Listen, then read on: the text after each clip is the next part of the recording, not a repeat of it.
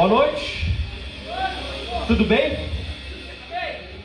A gente faz essa pergunta a todo instante.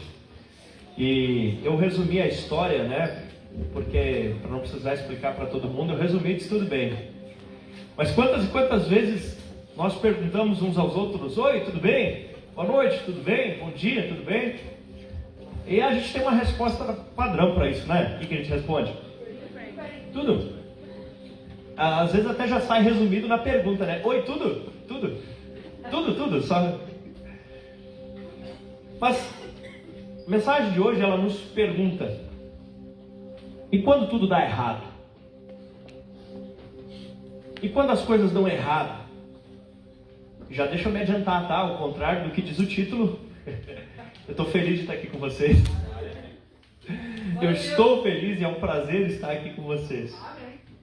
Mas sabe, queridos, nem todos os dias são dias que saem como nós gostaríamos.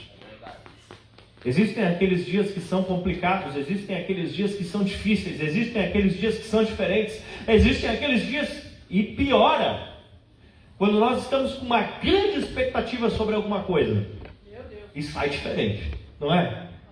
Existem dias que não são fáceis. Eu vou contar alguns acontecimentos que nós passamos, mas só para ilustrar, porque provavelmente você se identifica com algumas situações assim. E é claro que tudo tem dois lados. Cada situação de dificuldade, cada situação de desgraça, ela tem nela mesma um nuance de graça. Porque num lugar onde você enxerga um problema, ao mesmo tempo, naquele mesmo lugar você enxerga de Deus um livramento ou um ensinamento, não é assim? Então vamos lá. Eu vou narrar a parte da desgraça. Mas tem a desgraça. Nós saímos aqui semana passada, terça, para irmos até o encontro da diretoria da igreja, que aconteceria junto ao PGN, que é o Presbitério Nacional. Aconteceria na quarta. Partimos para lá. E realmente foi muito bom, um tempo muito gostoso, muito edificante, aprendemos muitas coisas. Na quinta já começou o nosso seminário de pastores, ficamos lá quinta, sexta, sábado. E aí voltamos.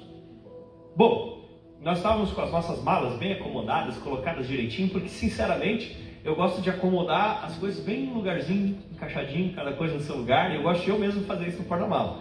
Quem é que é chato assim também? Toda família tem um que é o cara do porta-mala, não tem? Às vezes é o homem, às vezes é a mulher, mas geralmente tem um que gosta e é meio chatinho nisso. E eu botei lá tudo direitinho. Aí chegou, a pastora Tássia me lembrando: olha, tem as doações de Florianópolis e tal. Eu disse: beleza, vamos. Aí socou, né? Já ficou socado. Eu já não curti tanto, mas ficou socado. Fiquei feliz pela doação, mas a porta-mala virou uma bagunça. Beleza. Aí voltando, feliz, né? Senhor, que legal, reunião, seminário, glória, aleluia. Né? Quando tiver problema do intestino lá, ele não tive, aleluia, glória a Deus. Aí voltando feliz e pum! Né? Me estourou um pneu. Meu Deus. Na hora que estourou o pneu, tem o lado do livramento, não deu acidente, ou glória. Mas na hora eu disse: ô Senhor, o Senhor está ligado, né? Que a gente está voltando do seminário, teve reunião. E, né? Então, sabe, você não faz oração assim? Você está naquele momento que você está fazendo uma coisa legal, você está fazendo uma coisa que você sabe que Deus gosta, você foi abençoado, você está feliz, daí, né? Tá, tudo bem, parei o carro. Aí não dava para marcar caqueada desse lado, passa para o outro lado da pista, que tinha um acostamento. O que tem que fazer? Tirar tudo de dentro, né? Tira tudo de dentro. Aí tira a doação, faz uma pilha, tira a mala, faz outra pilha, né? Levanta carpete. Meu Deus. Glória a Deus, deu tudo certo. E graças a Deus que a Tássia estava de bom humor, porque nessas horas, se a mulher começa a reclamar, é ruim, não é, irmãos? Irmãos, cadê os irmãos? Não é ruim? Se nessa hora a irmã começa a reclamar, meu Deus. Mas ela começou a cantar, né? E aleluia, glória a Deus. E uma hora eu pensei em ficar bravo, e daí eu disse: não, ela tá certa, deixa ela cantar. E lá foi, trocou, beleza. Coisa de meia hora, a gente já estava no caminho de novo. Glória a Deus, beleza, tudo certo. Vamos embora. Aí cheguei em casa. Bom, glória a Deus, né? Deus deu livramento, a gente não teve acidente, aleluia. Trocamos o pneu, tudo bem, né? Pneu. Ok, vamos entrar para dentro de casa, vamos descansar. A gente estava bem cansado, deitou. E dormiu a noite toda? Não. A pastora Tássia ficou muito mal. Mas mal daquele nível desmaiar, assim, mal terrível, ficou mal. E passou mal, e ficou ruim, aquele fuzuê, e daí o cara não sabe se está acordado, se está dormindo, só sabe que está caminhando pela casa, já passaram por isso também? Eita! Aí eu de novo aqui pensando, Senhor, né? Colabora aí, Senhor, me ajuda, dá uma força. Ok, então, acordamos. Um outro dia, graças a Deus, a pastora já estava melhor. Ok, na semana anterior, vocês lembram que o pastor Luiz tinha estado aqui conosco, né? E a gente teve alguns episódios de chuva, então não deu para fazer aquela função muito de lavar roupa, estende roupa, aquela coisa arada toda. Beleza. Aí com o pastor Luiz junto, daí a gente não fez também, queria prestigiar a presença dele com a gente. Quando então a gente acorda com a taça um pouco melhor, a gente pensa, vamos lavar roupa. E coloca as coisas na máquina de lavar roupa e vai lavar roupa. Afinal, de terça até sábado viajando, tinha alguma roupa para lavar, né? Meu Deus. E a gente leva para viajar aquelas roupas? Boa, roupa de culto, né? Domingo tinha culto, então tinha que lavar para dar tempo de secar. Você leva numa viagem de uma semana todas as roupas bonitas que você tem, não é? Aí beleza, vamos lá. Ainda mais com um filho só, se tivesse dois levava menos, mas com um filho só dá para levar. Aí a gente bota para lavar roupa, adivinha? A máquina estraga, claro, né? Aí de novo eu vou lá para Jesus, né? Ô Senhor, tá tudo bem aí, Jesus? Tá tudo certo? Tem um lado positivo, que na hora a gente, não, olha, eu mesmo consertei a máquina agora, Deus, né? Saiu barato, deu tudo certo, tá funcionando. Mas na hora, a gente olha pro problema. Ah, Jesus, isso aí agora, né? Ok, vamos seguir, vamos pra frente. Aí eu já troco aquela ideia com Deus assim, Senhor, o senhor lembra que eu estava lá no seminário de pastores, né? Que eu fui lá, assim, que a gente estava cantando, adorando o Senhor. O senhor lembra que amanhã tem culto, né? A gente fica assim. Aí chegou segunda-feira, teve o culto domingo, uma bênção. Chegou segunda-feira e o combo ficou completo. Chega segunda-feira, começa a olhar meio estranho para as coisas, meio esquisito para as coisas, assim. Ué, mas parece que tem uma coisa estranha. Parece que tinham pegado, sabe aqueles litros de refrigerante que são, o plástico é verde? Parece que tinham cortado uma rodelinha e colocado no meu olho. Que coisa estranha, tem uma mancha aqui assim. Aí eu vou ler as letras meio tortas assim. Eu disse, mas que coisa estranha. Passa alguns dias, eu vou no oftalmo, ele olha, tá, né, a princípio uma suspeita de uma inflamação, estou fazendo mais alguns exames. E aí eu fiquei em crise. Assim, não aquelas crises hard, mas fiquei assim, desgostoso com a situação. Porque no seminário de pastores, teve um momento que eu estava sentado atrás, e eu olhei aquela pastorzada toda de óculos. E eu comecei a dizer assim, Senhor, te dou graças pela visão que eu tenho. Senhor, olha, todo mundo, que tristeza, todo mundo de óculos, eu não, glória a Deus pela visão perfeita que eu tenho, Senhor. É uma das coisas que eu mais gosto que o Senhor me deu, é a minha visão. Deus, olha aqui. Inclusive eu estou vendo vocês meio borrado agora, tá, gente? Eu disse, Deus, muito obrigado. Se você lembrar de orar pelo seu pastor, eu te agradeço. Eu disse, Deus, muito obrigado pela visão, aleluia. E daí na segunda acontece isso. Eu digo assim, Deus, vem cá. Senhor, e eu oro assim mesmo, tá, gente? Então não se preocupe, eu converso bem de boa com Deus, assim. Eu disse, Senhor, por acaso o senhor está lembrado lá? O senhor estava me ouvindo lá no seminário, aquele momento em que eu contei para o senhor como eu estava feliz da visão, o senhor lembra? Pois é, né, Jesus? Então, sabe quando você fica naquela, você espera, você fala uma coisa para a pessoa, espera a pessoa responder, fica então, né? Porque tem dias que as coisas não saem como a gente queria. As coisas saem diferente daquilo que a gente imagina, daquilo que a gente gostaria. E sinceramente, às vezes as coisas irritam a gente, não é? A gente fica chateado com aquela situação. Ok. Aí vou lá para arrumar o pneu do carro, descubro que não tinha estragado só o pneu, tinha estragado o pneu, as rodas e tudo que é coisa. E aí veio o sal. Meu Deus. Tá. Aí outro dia, não está muito em ordem cronológica os fatos aqui, tá, gente? Mas aí essa semana também, vamos fazer entrega de doações lá em Porto Alegre, Esteio, São Leopoldo, feliz, entrega, coisa e tal. Aí chegando lá, caminhão vai dobrar, bate numa coluna de pedra, derruba. Eu digo, ai, Jesus. Senhor, a gente está de voluntário, entregando as coisas. Se a gente quebrar tudo, vai pagar isso aí como? Tá. Daí deu tudo certo lá, segue o caminho. A gente, quando vai parar para almoçar, aí o caminhão colide num outro caminhão, no estacionário. Digo, senhor, você tá de brincadeira, né? Aí, como eu não estava conseguindo convencer Deus, eu tentei convencer o caminhoneiro, né? Eu disse, pois é, né? O homem do frete aqui não está recebendo nada para ajudar, eu sou voluntário. Para ver se ele aliviava para a gente, né? E realmente não estragou nada no caminhão onde bateu atrás. Porém, o caminhão estava perto do murinho e com a batida atrás ele foi para frente e quebrou o para-choque. Eu disse, Deus, para-choque desse aí é para ser de 2 contos, Senhor. Graças a Deus, lá tem o lado da graça, né? O cara não cobrou o para-choque da gente, aleluia! Glória a Deus. Mas aí eu já estava assim, né?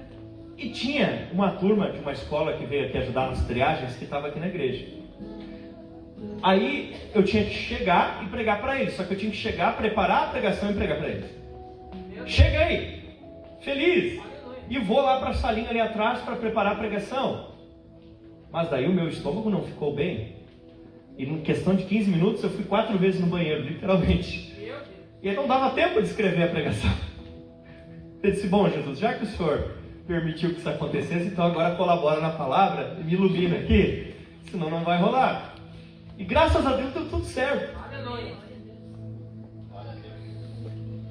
Só que todas essas coisas saíram fora daquilo que eu achava certo, daquilo que eu achava bom, daquilo que eu achava que deveria ser. Você já se sentiu assim alguma vez? Já se sentiu assim? E tudo isso me levou a lembrar de um texto da palavra que se encontra em Jó, capítulo 1, versículo 8 a 12, Jó 1, 8 a 12, e já faço uma ressalva. Que, primeiro, eu não sou tão bom e justo como Jó, nem de perto. O cara era sensacional, e eu jamais passei qualquer calamidade que seja semelhante às que Jó passou. Eu só lembrei do texto pelas ocasiões. E diz assim, disse então o Senhor a Satanás, reparou no meu servo Jó? Quem disse para o Satanás? Opa! Não há ninguém na terra como ele, irrepreensível, íntegro, homem que teme a Deus e evita o mal. Será que Jó não tem razões para temer a Deus? Respondeu Satanás. Acaso não puseste uma cerca em volta dele, da família dele, de tudo que possui? Tu mesmo tem abençoado tudo que ele faz, de modo que todos os seus rebanhos estão espalhados por toda a terra. Mas estende a tua mão, fere o que ele tem, e com certeza ele te amaldiçoará na tua face. O Senhor disse a Satanás, pois bem, tudo que ele possui está nas tuas mãos, apenas não encoste um dedo nele. Então Satanás saiu da presença do Senhor. Meu Deus. O diabo pede autorização de Deus para bagunçar a vida do Jó. Que coisa maluca. Que coisa maluca. E antes da gente dar seguimento, eu quero te perguntar assim, o que você faz quando tudo dá errado? O que você faz quando tudo dá errado? Você se desespera? Você abandona a igreja? Você briga com o pastor? Você briga com o marido? O que você faz? Para começar, tem 3 formas com que as coisas podem sair dos trilhos. A primeira, quando a culpa é sua. Às vezes as coisas dão errado e a culpa é nossa, correto? Às vezes dá errado por quê? Porque a culpa é nossa, a culpa é minha, a culpa é sua. E aí dá errado. Por exemplo, se você se casou mal, a menos que alguém tenha te obrigado, mas se você casou mal, a culpa é sua. Só tem uma opção, consertar o cônjuge. Como se conserta o cônjuge? Orando. O que mais? Não estudou o que deveria, o que precisava. Isso depende de cada um. De quem foi a culpa? Sua. Certo? Gastou mais do que devia e ficou endividado. Fora casos específicos, no normal, a culpa é de quem? É sua. A culpa não é do governo, a culpa não é do diabo, a culpa não é da igreja, a culpa é sua. Quando a culpa é sua, não adianta ficar se fazendo de coitadinho, não adianta ficar achando alguém para responsabilizar. Quando a culpa é sua, não adianta se fazer de vítima. Quando a culpa é sua, você tem que se arrepender e fazer o quê? Levantar a cabeça e resolver. Certo? Agora, já que a culpa é sua e você tem que resolver, não quer dizer que você tem que resolver tudo sozinho. Mesmo a culpa sendo sua, você pode dizer assim: ei, alguém me ajuda? Alguém pode me ajudar? Né? Não precisa resolver tudo bem, a culpa é minha, mas alguém me ajuda a resolver? Eu entendo, me perdoa, gente, mas alguém pode me ajudar a resolver? Amém? Agora, nós precisamos entender que uma das chaves para isso na nossa vida é a gente ter perseverança. Às vezes algumas pessoas, elas dizem assim: ah, meu sonho é ter carteira assinada, é ser CLT. Aí se dá um rolo lá no serviço, daí diz assim: não, é porque Deus me falou que eu vou ser empresário. Aí não rola a empresa, daí diz: não, é porque Deus me disse que Ele quer que eu vá na obra. Te arrumar uma obra, meu irmão, onde você vai servir muito, servir massa, brita.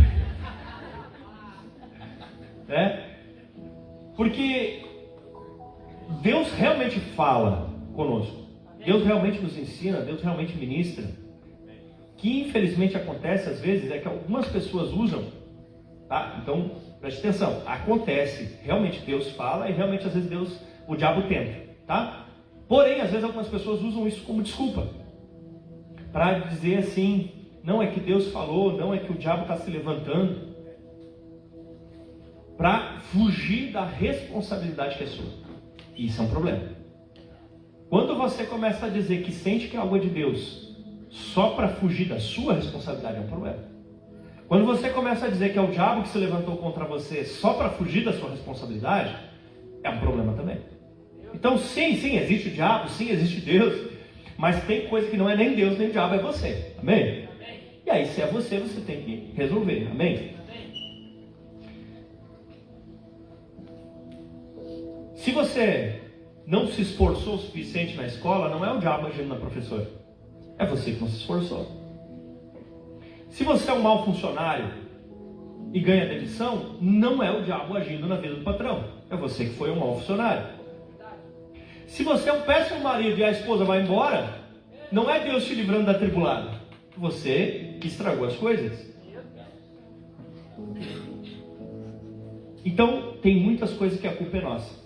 Porque a vida, no geral, ela é o resultado das nossas escolhas. A vida que tem hoje, geralmente, é o resultado das decisões que a gente foi tomando ao longo do nosso tempo, o lugar que a gente investiu o nosso dinheiro, a maneira como usou o tempo e as pessoas com quem a gente escolheu andar. Isso influencia muito. Então, se você está insatisfeito, faça alguma coisa, amém? Tem gente que, por exemplo, diz assim: a culpa é da igreja que eu não prosperei. Irmão, que ninguém tem carteira assinada não com a igreja, né? Outro diz assim: ah, meu casamento está ruim porque eu congrego aqui. Você é Jesus, irmão? Como assim, pastor? Não, é que Jesus que é o noivo da igreja. Então, não é assim que funcionam as coisas. Ah, minha saúde está ruim por causa da igreja. Irmão, nosso logo é azul, não é verde, né? Começa com F, não com U. Não é assim que as coisas funcionam. Até o apóstolo Paulo, até Timóteo ficaram doentes. Quantos de vocês, quando começaram a congregar aqui na fonte, preencheram aquela apólice de seguro, dizendo assim: agora que sou membro da Fonte Church, estou assegurado? Quantos preencheram? Não preencheu? Pois é, eu também não, porque não tem. Não tem. Ser um cristão não quer dizer que vai dar tudo certo. Não quer dizer que vai dar tudo certo do teu ponto de vista. Do teu ponto de vista. Porque tem muita coisa que está dando certo do ponto de vista de Deus. E você, por não entender Deus, não está percebendo que está dando certo. Então, do teu ponto de vista, até Deus vai fazer que algumas coisas dê errado. Até Deus vai fazer que algumas coisas dê errado. Do teu ponto de vista. Porque Ele está agindo. Amém? Vamos lá então. A primeira então, quando a culpa é nossa. A segunda agora, quando é o diabo. Tem vezes que é o diabo. É o diabo agindo. É o diabo que está se movendo. O diabo existe, o diabo tenta. E ele é um desgraçado que quer infernizar a sua vida. Mas ele é um legalista, e sempre que ele quer operar na vida de alguém, ele procura uma base de operação, um lugar a partir do qual ele possa agir. A palavra diz em João 14:30: já não falarei muito convosco, porque vem aí o príncipe deste mundo, e ele nada tem. Isso diz na versão Almeida Revista Atualizada, ele nada tem. Na NVI diz, ele não tem direito sobre mim. E na Nova Almeida diz, ele não tem poder sobre mim. O que Jesus estava dizendo? O diabo, ele até queria fazer alguma coisa na minha vida, mas ele não tem um lugar de se fixar, de colocar raiz. Ele não consegue colocar raiz em mim para agir na minha vida. Olha que interessante. É como se fosse uma embaixada. O diabo está sempre procurando uma embaixada. Se hoje o governo brasileiro permitisse ao Uruguai abrir uma embaixada aqui em Caxias, dentro da embaixada funcionaria a lei do Uruguai e não a lei do Brasil. Sabia disso? Dentro da embaixada funciona a lei daquele país. Então o que o diabo procura? Uma legalidade para montar uma embaixada dentro do teu coração. E ali naquele lugar funcionar a lei dele e não a lei do reino de Deus. Que coisa terrível, que coisa maluca é essa? Legalidades que ele procura para tentar agir. E se Jesus não tinha nada do diabo nele, mas se você faz um ritualzinho aqui, usa um colarzinho da outra religião lá, toma uma aguinha da outra religião lá colar, usa uma tal de fitinha mística, um filtro sei lá das quantas, toma a erva sei lá de quem, o amuleto não sei das quantas, você está fazendo o quê? Você está se expondo. Você está permitindo a construção de embaixadas, um lugar de se fixar e agir na sua vida. Porque só existe duas maneiras de você interagir com o mundo espiritual: ou através de Jesus Cristo ou através do diabo. Se você de alguma forma interage com o mundo espiritual e não é através de Jesus, você está interagindo através do quê? Do diabo. Não, mas eu não falei nem em diabo, não falei nada, eu só não falei em Jesus. Se não fala em Jesus, só existem essas duas maneiras. E para Satanás ser aquele que está agindo contra a sua vida, só tem duas formas: ou você deu a legalidade, ou Deus deu a permissão. Quer ver? O diabo não conseguia agir na vida de Jesus, certo? Não tinha legalidade da parte de Jesus. Mas quando Jesus foi batizado nas águas, diz assim, que ele foi levado pelo Espírito ao deserto para tentado pelo diabo. Então, Jesus não deu legalidade, mas Deus deu permissão. Está entendendo? Jesus não deu legalidade, mas Deus deu permissão. Para quê? Para provar. Mas Jesus, ele não era perfeito? Sim, ele era perfeito. Mas você saber todas as respostas da prova não isenta você de passar pela prova. Jesus tirou 10 no exame, mas ele precisava fazer o exame. E ele foi então levado ao deserto, foi ele provado pelo diabo e foi aprovado. Você está entendendo? Quer ver? Olha como os demônios trabalham. Por que os demônios, quando estão interessados numa região, numa cidade, eles não chegam lá e tomam a região? O que eles têm que fazer? Eles precisam que alguém vá lá e faça o quê? Rituais para chamar eles. Por quê? Porque eles precisam de autorização. E quando as pessoas fazem aquelas coisas, elas vão autorizando a agirem ali naquele lugar. Então, se o diabo está agindo na sua vida e não foi permissão de Deus, foi legalidade sua, você tem que se arrepender e em nome de Jesus expulsar o diabo. Amém? Amém. É tipo aqueles filmes que você olhava antes de se converter dos vampiros lá, que você tinha que permitir. Te peguei, né? E aí, você precisa então renunciar, dizer: Senhor, me perdoa, eu renuncio isso e eu te expulso, Satanás, em nome de Jesus. Você precisa se arrepender dessas práticas, amém? A Bíblia diz em 1 João 8, para isso se manifestou o Filho de Deus, para destruir as obras do diabo. Mas existe uma outra forma que o diabo também tenta trabalhar, que é a oposição. Ele tenta fazer oposição quando você está servindo a Deus. Olha só o que nos disse o apóstolo Paulo, 1 Tessalonicenses capítulo 2, versículo 8. Paulo falando: quisemos visitá-los, ou seja, Paulo queria ir até Tessalônica. Eu mesmo, Paulo, quis, não uma vez, mas duas. Satanás, porém, me impediu. É mole? Paulo queria ir a Tessalônica e foi impedido pelo Satanás. Que coisa horrível! Então, o diabo às vezes faz o quê? Oposição. Oposição. Você está buscando trabalhar para a glória de Deus e o diabo tenta impedir você nesse progresso. Ele tenta colocar obstáculos, ele tenta atrapalhar você para que isso não aconteça. Quer outro exemplo? Jesus precisava morrer na cruz. Então ele inspira Pedro, Satanás inspira Pedro a dizer o quê? Não, Jesus, não vai não. Para quê? Para impedir Jesus, para se fazer oposição a Jesus de cumprir a sua missão. As nossas armas, elas são espirituais, porque os nossos inimigos não são as pessoas. A Bíblia nos diz em Efésios 6, 10 a 18. Efésios 6, 10 a 18. Vistam toda a armadura de Deus.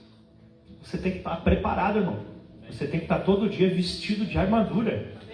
Você acha que o diabo lutou tentando me impedir de vir no culto hoje? Ufa, mas agora é segunda-feira, está tudo bem. Irmão, o diabo o tempo todo, a Bíblia diz que ele anda no derredor, ele sempre espera, ele está sempre de olho, tentando achar um momento onde você está mais fraco, para te atacar com mais força. Você acha que o diabo vai te atacar com mais força quando você está mais forte? O diabo está sempre no derredor, esperando você se mostrar mais fraco para atacar com mais força, para ser bem usado a bala dele, está entendendo? Então ele procura qual área você está mais fraco e qual dia você está mais fraco para tentar lhe atacar ali e prejudicar, fazer oposição àquilo que é a obra de Deus. Então você tem que vestir a armadura de Deus para ficarem firmes contra as ciladas. Olha a cilada aí, meu amigo. Cilada. Tem cilada, meu amigo. Você já pensou naquela série antigamente, né? Os caminhões lá. Tem cilada. Tem cilada. Tá vendo como eu descubro as coisas?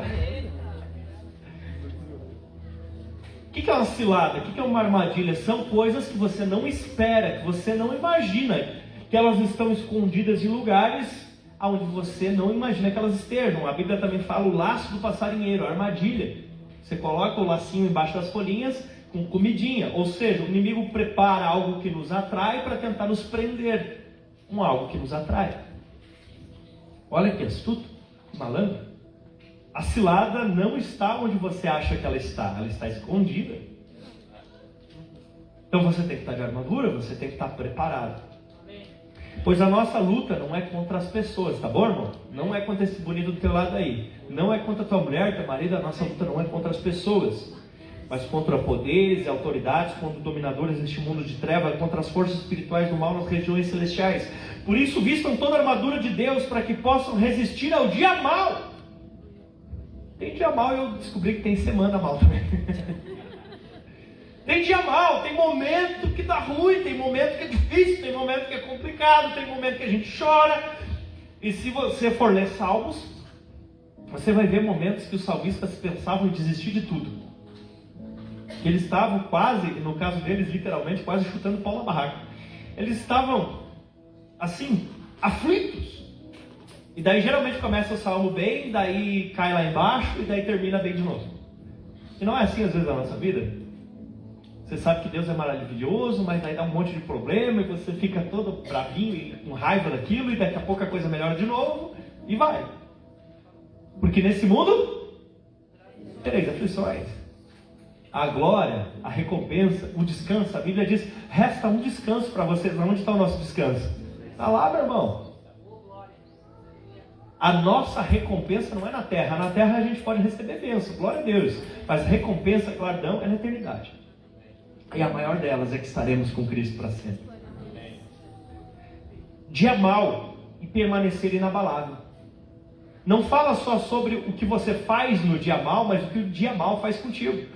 Permanecer inabalável no dia mal. É você conseguir passar pelo dia difícil e no outro lado do abismo você está inteiro. Só que o que às vezes acontece com as pessoas? Ela até resiste o dia mal, mas sai esbalepado do outro lado. E fala aqui o quê? Que a gente veste a armadura, a gente se prepara espiritualmente. Você tem que estar preparado espiritualmente. Meu irmão, vai orar, vai jejuar, vai buscar, vai ler a Bíblia, vai fazer discipulado, vai na cela, vai no culto, canta louvor. Você tem que estar preparado espiritualmente, por quê? Para que quando o dia mal vier, o objetivo não é só ficar vivo, é ficar inteiro. Porque às vezes o dia mal arranca pedaço. Cristãos mutilados espiritualmente. Sobreviveu, não desviou, mas agora é desconfiado de todo mundo. Sobreviveu, não desviou, mas agora ele acha que os irmãos estão sempre com segundas intenções. Sobreviveu, não desviou, mas ele acha que os pastores são tudo malandro. Sobreviveu, não desviou, mas acha que toda ovelha morde. Sobreviveu, não desviou, mas agora já não tem mais vontade de orar, de estar com os irmãos. E vamos falar a verdade? A coisa mais fácil que tem é ficar cada um no seu cantinho sozinho, não é? Mas pensa numa desgraça. Porque aí você fica ali, né? Cada dia mais isolado, cada dia mais fraco. E qual o animal que o predador corre atrás? O que está sozinho. É isso que o diabo quer. Que depois do dia mal, ele não está nem tão interessado assim em te matar no dia mal. Ele está interessado em que você não permaneça inabalável. Você passe pelo dia mal e no dia seguinte você fica esbalepado, ferido, machucado, longe de todo mundo, e ali ele te ataque. Então, se você está machucado, você passou pelo dia mal, sobreviveu, mas você está machucado, te gruda com alguém, fica perto de alguém, chega junto de alguém, te fortalece, veste a armadura, porque o predador anda ao redor. Mas eu tudo posso naquele que me fortalece. Glória a Deus. Permanecerem inabaláveis depois de terem feito tudo. Assim mantenham-se firmes, cingindo-se com a verdade. Que se você contar mentira, você deu legalidade para o inimigo. Verdade. Couraça da justiça, você é justo. Os pés calçados com a prontidão do evangelho da paz. Além disso, usem o escudo da fé. Olha que interessante. Com o qual vocês poderão apagar as setas inflamadas do maligno. Está falando de um contexto, né? Greco-romano, da cultura helênica ali, da maneira como também Roma usava enfim, daquele tempo. E quando os inimigos jogavam, o escudo era de madeira, então os inimigos jogavam o quê? Flecha com fogo na ponta. Para quê? Para botar fogo no escudo. Então o que eles tinham que fazer? Eles tinham que deixar o escudo na água, para absorver a água, para que quando batesse a flecha em chamas, não apagasse e não ficasse queimando o escudo. Olha que interessante. Então o escudo da fé ele tem que estar molhado na água da água da palavra. A Bíblia é mostrada muitas vezes como essa água. Você tem que estar com o seu escudo baseado na Bíblia. A sua fé é baseada no que a Escritura diz, não no que você acha. Fé baseada no que acha é escudo seco que pega fogo com a seta do maligno e queima. Mas um escudo molhado na palavra de Deus é o escudo que a tentação vem, a luta vem, a seta vem, e quando bate já se apaga, porque você permanece com fé. Porque se te roubarem tudo, mas te permanecer a fé, nada consegue atravessar e entrar no seu coração. Mas se você tiver esse escudo da fé, você está protegido. E diz o que mais? Use o capacete da salvação. Porque a salvação você coloca na cabeça. Porque às vezes no dia mal, a tentação que vem sobre você é: talvez eu não dou conta disso mesmo. E a Bíblia nos diz diferente. Ela diz: a ninguém mais conheçais segundo a carne, nem você mesmo. O capacete da salvação, porque às vezes tenta enganar os teus sentidos, para que você veja, ouça, sinta de uma forma equivocada, mas você bota na cabeça: eu sou salvo, eu sou salvo, eu vou morar no céu, eu vou morar no céu, eu não vou voltar para aquela velha vida de pecado, eu não vou voltar de novo para aquela desgraça, porque eu sou salvo. Eu uso o capacete da salvação. Amém? Eu sou salvo. Eu vou vencer. Se o meu Deus permitiu essa situação difícil se achegar a mim, eu vou vencer. Você bota o capacete da salvação. Você não deixa se abalar por isso. Orem. Termina ali, né? E a espada do Espírito. Eles usavam uma espada um pouco mais curta, porque é pela espada do Espírito que você finalmente vence e se defende. Vence e se defende pela palavra de Deus. Ore no Espírito em todas as ocasiões, com toda a oração e súplica. Está vendo duas coisas diferentes? Oração e súplica. Tem momentos de orar e tem momentos de prender o griteiro, irmão. E não é só orar uma vez, é você orar até que a sua fé, e a fé que vem de Deus, eu já expliquei isso, né? O raio que vem de cima e o raio que vem de baixo, até que essa fé se una e um milagre aconteça. A Bíblia nos diz: e assim será feito, assim terá sido feito.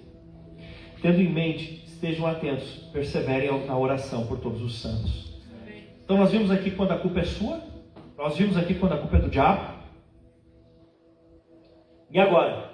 E o Jó? E o Jó? E quando Deus autorizou? Desculpa usar essa expressão, né? Mas é só um jeito da gente entender, um antropomorfismo. E quando a culpa é de Deus? E quando, na verdade, é Deus que está no meio do negócio? Porque no caso do Jó, quem autorizou o diabo a agir? Deus. O diabo vem com tentação para tentar remover de nós a fé. Figura de Lucas 22:31 do peneirá, como o pastor Juba falou um tempo atrás. Meu avô, ele abanava milho, ele fazia farinha de milho, então botava o milho numa peneira de taquara, né? E ele fazia... E aí o vento soprava... Tu gostou da efeito sonoro, né, Marcelo? Ele soprava a palha fora e ficava o milho. E é isso que o diabo tenta fazer, nos separar da nossa fé. Então isso é a tentação, é o diabo tentando separar a gente da fé. Você e fé separados. Porque se ele separar você da fé, você não tem mais nada.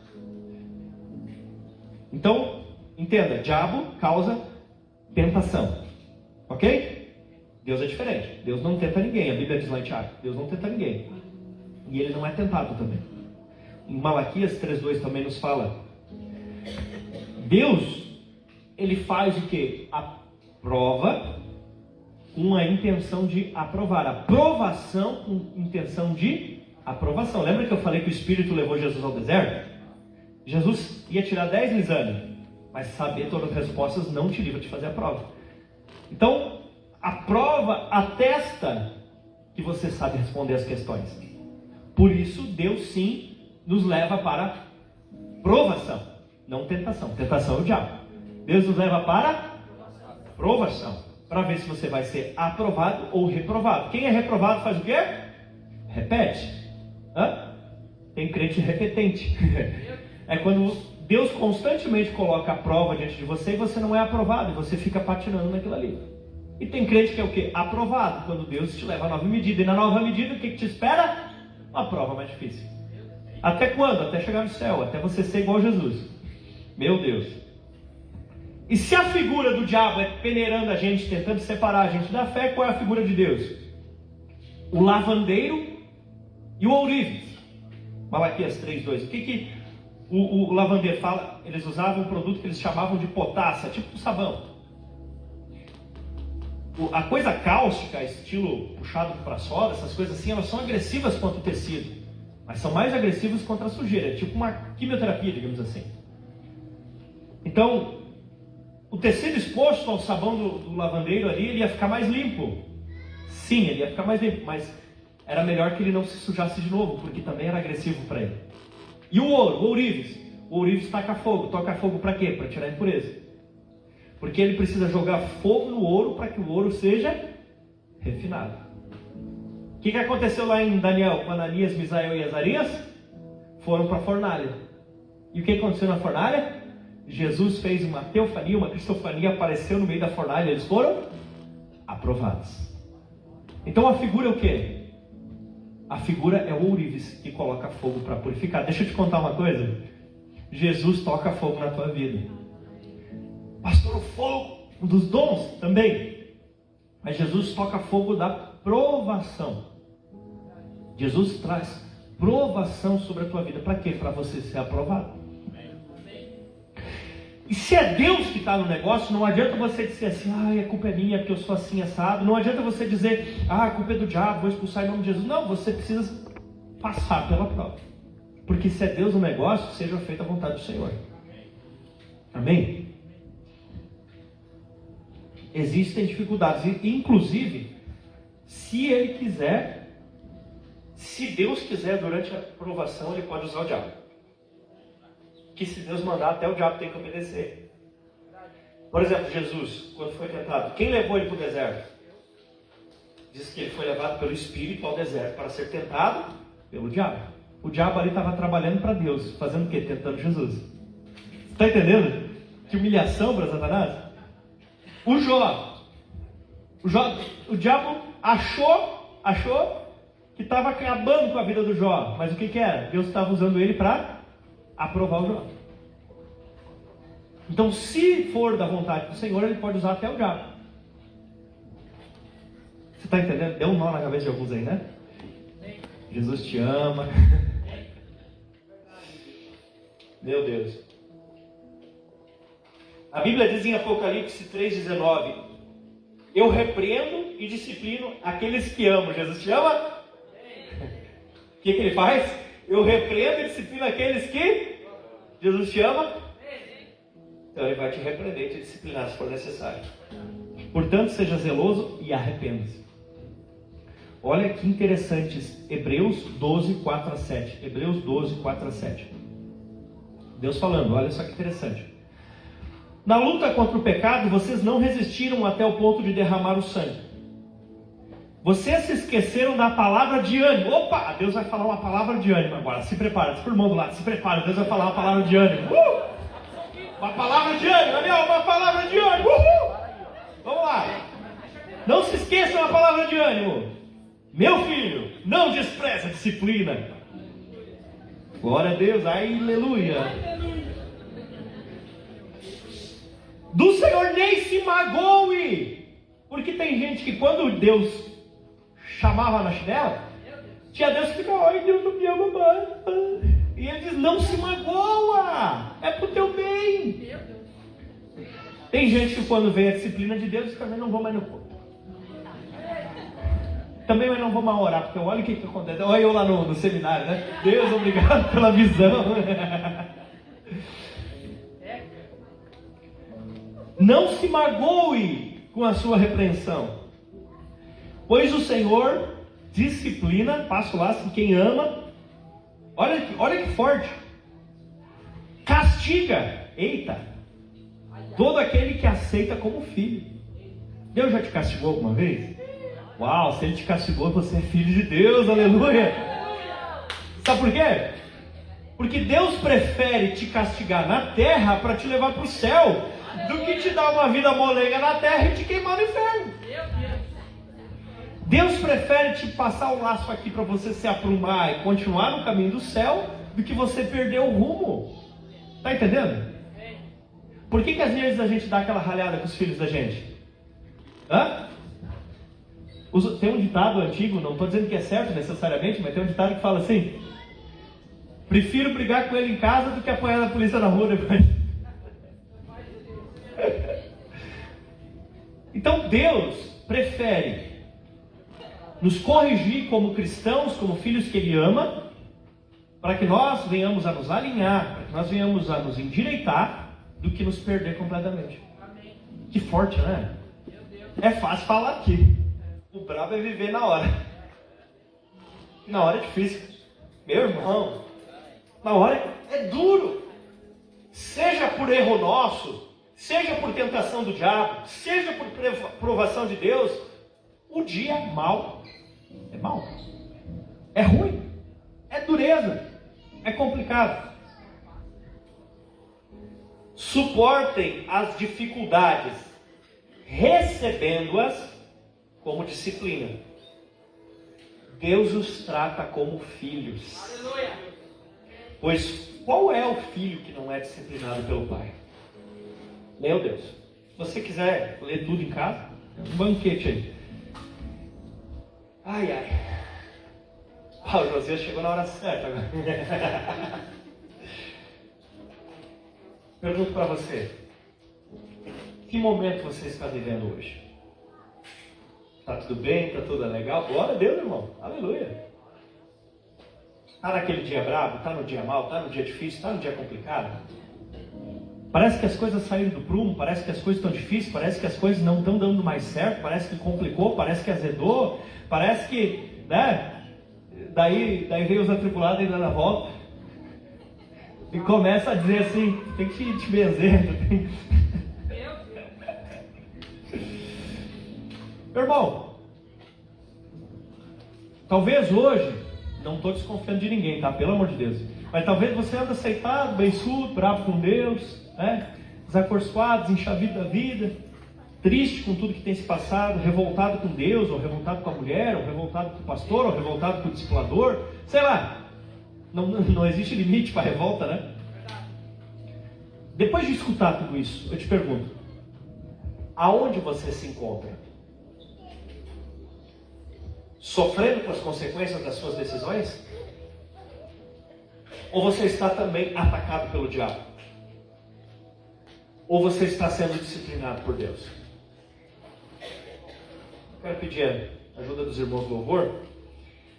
Se você está, irmão, sofrendo com a consequência das suas decisões, bom, arrependa-se, confesse seus pecados, faça alguma coisa e procure ajuda. Se você está sofrendo pelas suas ações. Se você está sendo atacado pelo diabo, seja por legalidade ou seja por oposição, legalidade, você deu espaço, oposição, você está fazendo, ele está indo contra. Então, quebre toda a legalidade, enfim, se ela existe, né? E repreenda e manda embora em nome de Jesus. Você é alguém cheio de Espírito Santo também. Capacete da salvação. Agora, se é o terceiro, se você está sendo disciplinado por Deus, então, meu irmão, se arrepende. Se arrepende.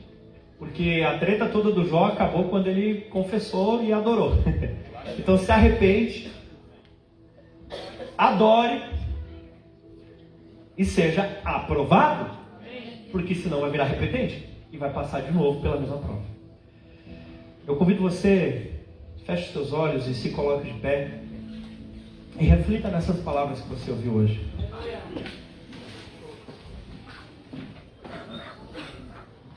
Não se distraia.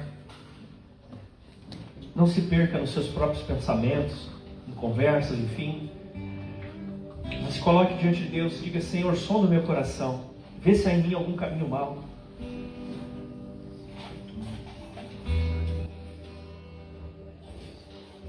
Antes de eu proferir a palavra, tu já a conheces toda.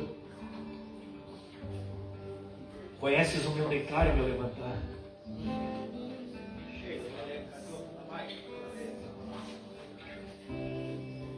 Não é apenas sobre sobreviver ao dia mal, mas ficar inteiro do outro lado. Porque se você ficar em frangalhos e se isolar de todo mundo, você chamará a atenção do predador escondido que faz de conta que é leão.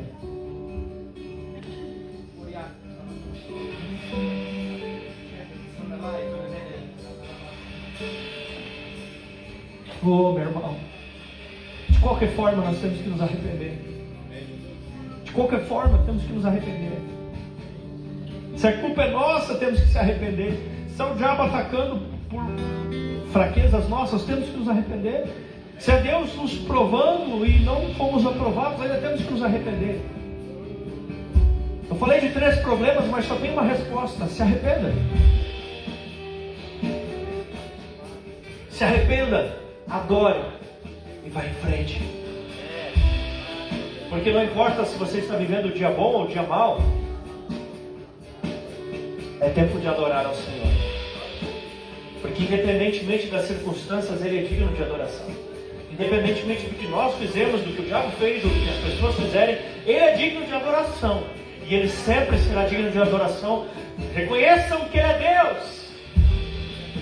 E Ele pode fazer o que Ele quiser, do jeito que Ele quiser. Ele não precisa dar satisfação para ninguém. Ele é Deus, Ele é Deus, Ele é Deus.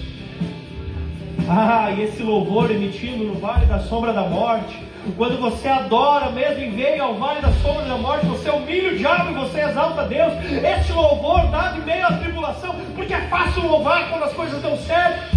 Até o diabo sabia disso. Ele disse para Deus: olha o Jó, você colocou uma cerca ao redor dele, Deus. Tudo que ele faz dá certo, Deus. Até o diabo sabia que era fácil adorar a Deus quando tudo dá certo.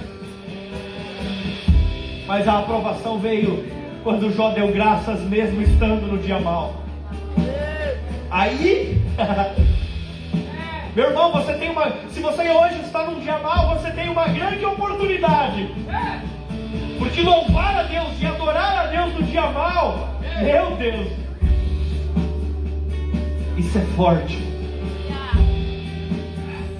Fazer como Estevão, que disse no seu apedrejamento: Pai, não lhes impute os seus pecados, eles não sabem o que fazem.